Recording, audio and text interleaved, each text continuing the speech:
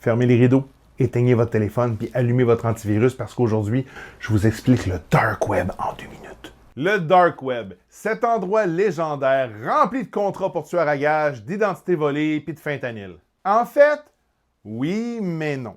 On va commencer avec qu'est-ce que c'est. Puis là, dans les commentaires, venez pas me dire « Ouais, mais c'est pas exactement ça. » Je le sais, on s'entend, je sursimplifie pour que tout le monde comprenne. Comme un iceberg, il y a 2 parties sur Internet. Le web de surface, c'est-à-dire tout ce qui est indexé pour le trouver rapidement. Facebook, YouTube, Wikipédia, bref, ce que Google peut trouver facilement. Et le deep web, la partie immergée de l'iceberg. Mais c'est pas nécessairement dangereux. C'est le web qui n'est pas accessible par recherche. Vos emails, vos comptes de banque, vos dossiers médicaux, les bases de données d'entreprise. Google n'a pas accès à ça pour des raisons de sécurité. Et pourtant, c'est 90% de ce qu'on peut accéder avec un navigateur. Puis, dans le Deep Web, il y a une petite partie volontairement cachée qu'on appelle le Dark Web. Pour aller visiter le Dark Web, un navigateur régulier, ça ne marchera pas.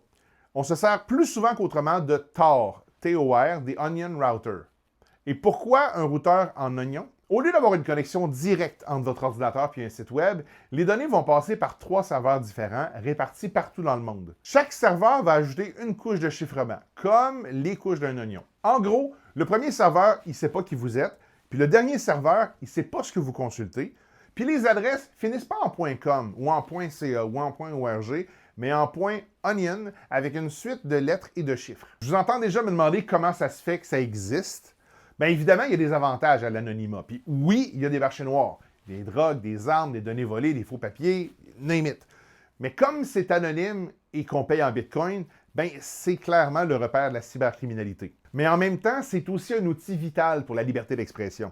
Dans les pays sous dictature où Internet est censuré, bien, le Dark Web, c'est souvent le seul moyen pour les journalistes, les opposants politiques ou les lanceurs d'alerte de communiquer sans être arrêtés. Même le New York Times et la CIA ont leur propre site en .onion. Maintenant, la question, est-ce que c'est illégal d'y aller? La réponse est non.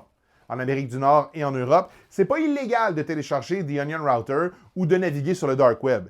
Ce qui est illégal, c'est ce que vous pouvez y faire. Acheter des choses interdites ou consulter du contenu criminel, ce qui est tout à fait logique. Et si vous décidez d'y aller, ben, moi, ce que je peux vous recommander, c'est d'y aller avec beaucoup de prudence, puis assumer que tout ce que vous allez télécharger va être accompagné soit d'un beau gros virus ou d'un cheval de Troie, ou un mélange de ça, ou d'une quelconque tentative de destruction ou d'hameçonnage. Fait qu'allez-y avec un bon antivirus et surtout beaucoup de prudence. Et encore une fois, si vous avez appris quelque chose, aimez et partagez.